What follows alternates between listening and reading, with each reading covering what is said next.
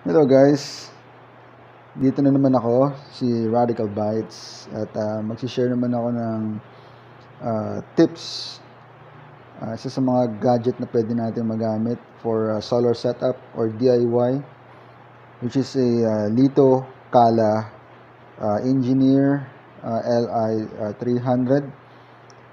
Isa siyang charger or smart charger. Bakit smart charger? Well, basically,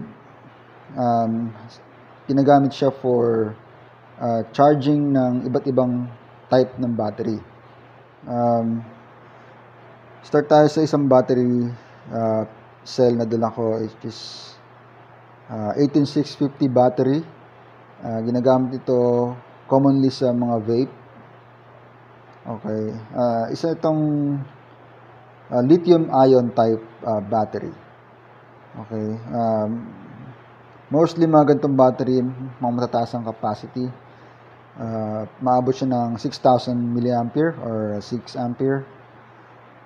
Okay. Then next naman is one of the most common or the oldest battery is AA nickel cadmium. Okay. So lahat ng mga battery na to is rechargeable. Then ito naman is AAA battery. Ibang type din ito, nickel metal hydride. Kaya nakikita nyo Ni-MH. Okay? So, para makita nyo yung difference ng mga batteries as well as yung features ng Lito Kala, start natin i-demo. Explore muna natin yung feature or physical connections ng charger. DC out 5 volts. Ito yung isa sa mga gusto ko sa charger na to. Pwede siyang mag-output ng 5 volts micro USB cable na pwede gamitin to charge ng mga cellphones. Then, ang input voltage niya is 12 volts. Kung gagamit tayo ng adapter, I recommend na ang rating is at least 2 ampere kasi medyo demanding yung charger na to. Okay, on na natin. Alright, so mag-start tayo mag-charge ng lithium ion battery. Okay, yan, ilagay sa baba.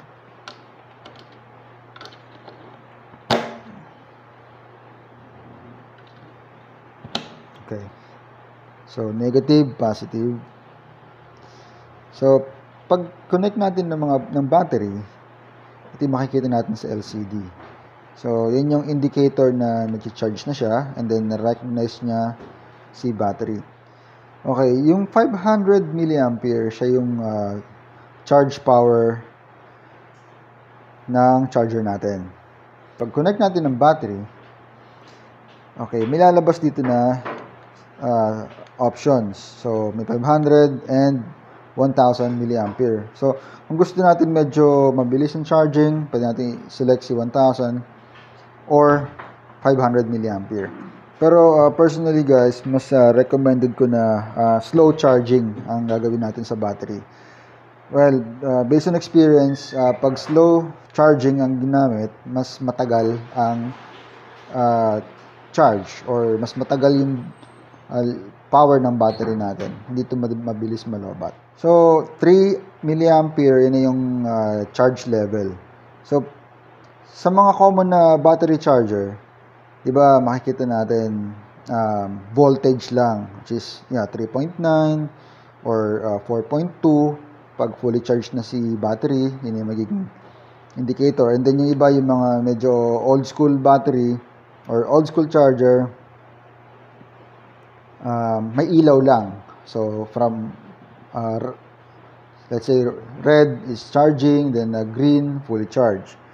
Si Lito Kala, since smart charger siya, makikita natin sa LCD kung ano yung actual capacity and the level of charge ng battery.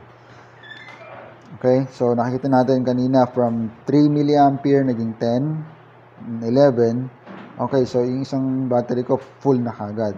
I think fully charged tong battery before ko pa ginamit. Okay. Next is yung hour. So yung timer, kung gaano tayo katagal nag-charge ng battery. And ito guys, gusto kong i-share sa inyo itong MR or milliohm. Kasi yung 'di ba sa battery meron tinatawag na internal resistance. Okay. So yan, bakit nga ba ang relevance nitong MR sa battery? Lahat ng klase ng battery may iba-ibang resistance rating. Well, ang bottom line, okay, sorry, yan. Ang bottom line, mas mababang resistance, mas healthy si battery or mas matagal ang kanyang charge. Okay. Okay, before tayo mag-proceed sa ibang battery type, ito guys, share ko lang sa inyo itong chart ko. So, meron tayong tatlong battery which is nickel cadmium, nickel metal hydride, and lithium ion. So, focus tayo dito sa, sorry, hindi ko nilagyan ng shade to. Internal resistance. Okay. Internal resistance, yan nakikita natin. Di ba kanina tumingin tayo sa lithium ion, nasa around 75. I'm not exactly sure kung ano dito yung ginagamit natin ngayon. Is it cobalt or manganese? Pero I'm pretty sure na hindi siya phosphate. Kasi meron pang isang type ng battery which is yung LiFePO4, which is a lithium iron phosphate. So, most likely, hindi ito yon. So, either sa dalawang to. And then, kanina, nung chinek natin yung milliohm or resistance ng lithium ion, nasa 75 siya. Meaning, pasok pa siya sa threshold or good rating ng isang battery. So, maganda pa yung health, matagal pa siyang mag-hold ng charge. Okay? Then, life cycle. So, nakikita natin, nickel cadmium may 1,000 times na life cycle. Nickel metal hydride, 500. Lithium ion, 500 to 1,000. And then, 1,000 to 2,000. Depende sa subtype nila. Okay, overview lang ng life cycle. Pag sinabing life cycle, guys, or cycle life ng isang battery, ito yung from fully charged to fully discharged. Sa mga solar enthusiast, gaya ko, like yung mga lithium or yung mga lead acid battery natin, di ba, hindi natin sila hinahayaang ma-discharge. Kasi, the more na fully discharge ang battery or mas madalas, mas mabilis, mauubos o mababawasan ang life cycle. So, regardless yon kung gaano katagal natin ginagamit, ang bottom line doon, ang basis doon is gaano kadalas na fully discharge si battery. Kaya meron tayong depth of discharge na recommendation sa mga batteries natin, kagaya ng lead acid. Depth of discharge is ginagamit natin mga 75% lang. So from fully charged, ginagamit, nakukonsume lang or binabawas lang natin sa battery is around 50%. So hindi natin hahayaang mag fully discharge si battery para hindi maubos or hindi ma-utilize ang kanyang life cycle ng mas maaga. Kasi pag naubos ang life cycle, obviously, sira na ang battery. Useless na siya. Okay guys, okay. Check ko lang din tong AA natin. Alright. So, okay, at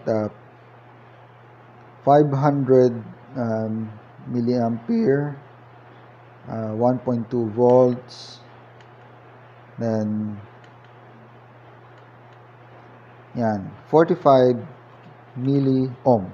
So, nickel cadmium, internal resistance niya is 100 or 200 per pack. Kaso lang, ang battery natin ngayon is just one cell. So, hindi natin malalaman yung accurate reading.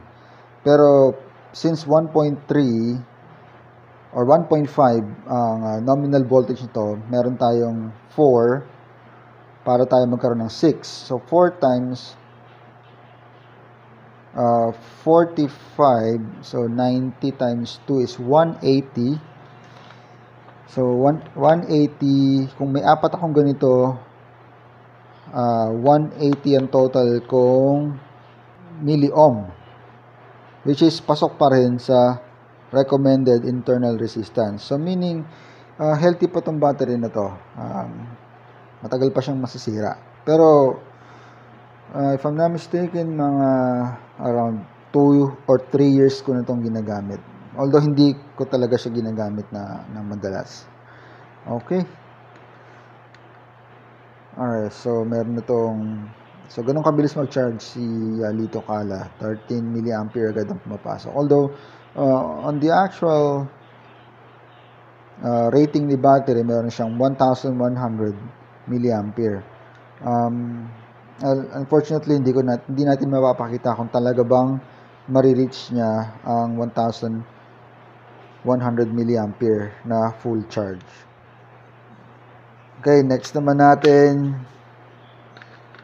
ang ating pinaka-cute na battery, si metal hydride, nickel metal hydride. So at 500 mAh battery charge, so currently mayroon siyang 1.3 volts, and then charging niya is 500 mAh. So, ang current charge niya ay meron lang siyang 3 mAh na capacity. Okay. Well, siguro, ang nakikita ko lang na downside ng charger na to, wala siyang estimated full charge time. Pero, wala naman akong alam na battery na may ganun na malalaman niya kagad kung ilang oras para fully charge ang mga battery niya. Well, comment na lang kung meron kayong alam na ganun. Pakishare na lang.